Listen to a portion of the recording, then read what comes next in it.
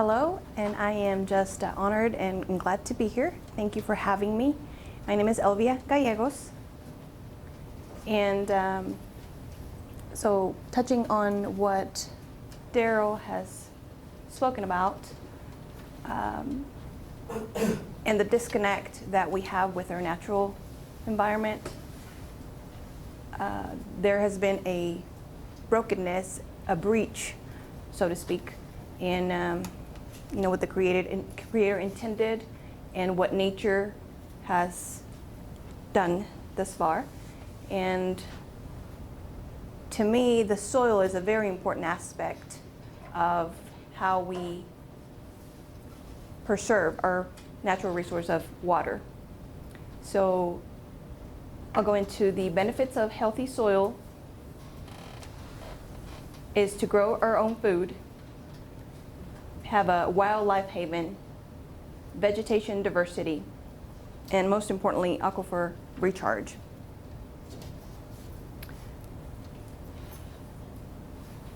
So as we all know, water is life, but soil is a living organism, and dirt and soil are not the same thing.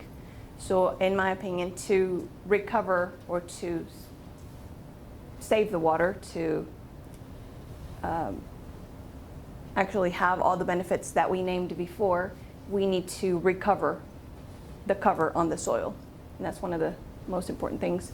I am a landowner in Plains, Texas, and we work to restore our ecological processes of energy flow, water cycle, mineral cycle, and the community dynamics on the land.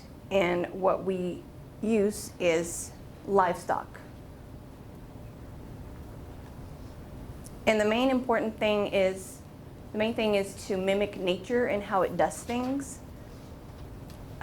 In part of the disconnect that we have lost that ability to see how nature does things, how the Creator intended for all the creation, for all beings created to work in unity and have a relationship where one thing leads to the next, or they each depend on each other.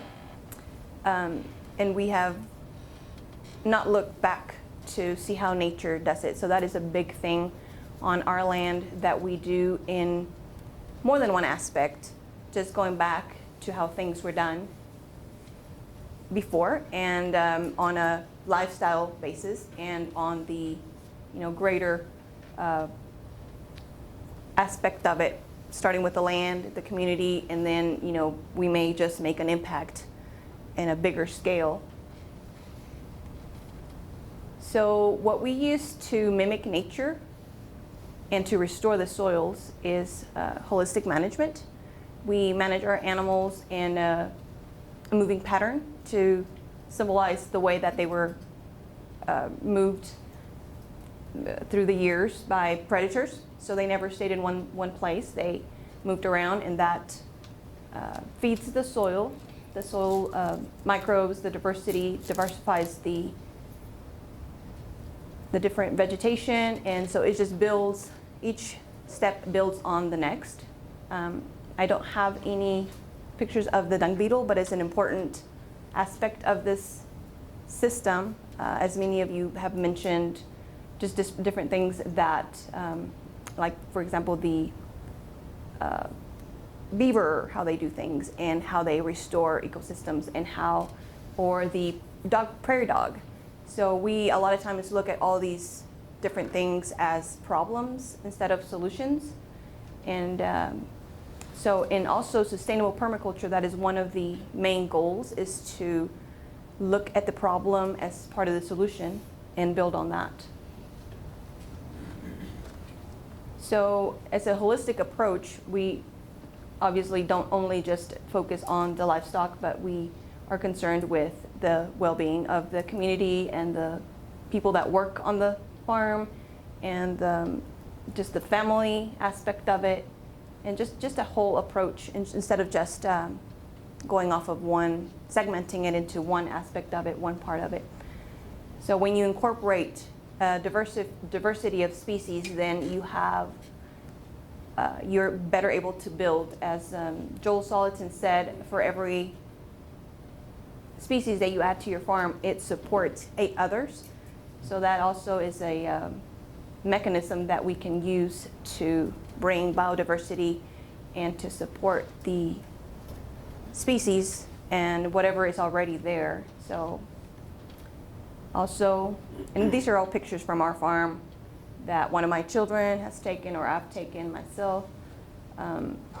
But wildlife is just a benefit and a part of it that comes whenever you have healthy working ecosystem processes.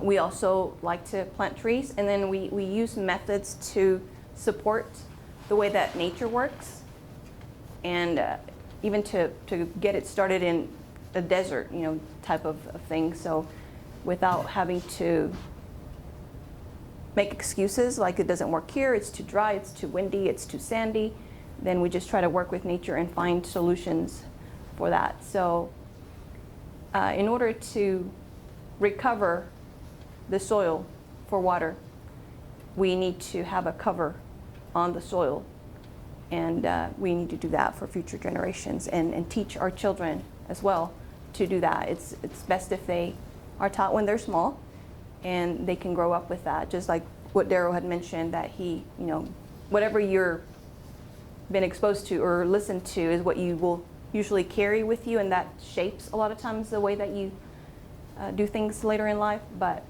that is a major part of creating this system and restoring the ecosystem processes that build on each other, and then therefore the cycle will continue. So education, our children and even other adults that a lot of times, like we have mentioned, that I didn't know about the playas, all my growing years. Nobody ever really mentioned them. It was not mentioned in school. It was really not mentioned anywhere. So it's important to get those old ways of doing things and mimic nature. Think about how nature would do things and try to build on that and imitate that and empower nature. And by doing that, we empower people. So, thank you.